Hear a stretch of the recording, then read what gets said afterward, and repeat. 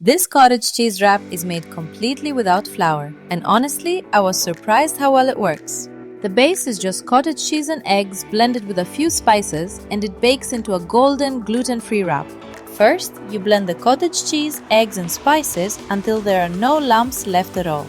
Take your time here until the batter is really fine and silky. Then you spread it nice and thin into a wrap shape on a lined tray. Now you bake the base for about 20 minutes until it's set and golden. What comes out is a sturdy, gluten-free base that rolls up just like a classic wrap.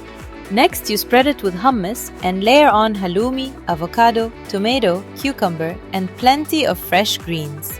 Finally, you roll it up tightly, wrap it in paper, and slice it through the middle. That way, the colorful spiral holds together. And honestly, doesn't it look gorgeous?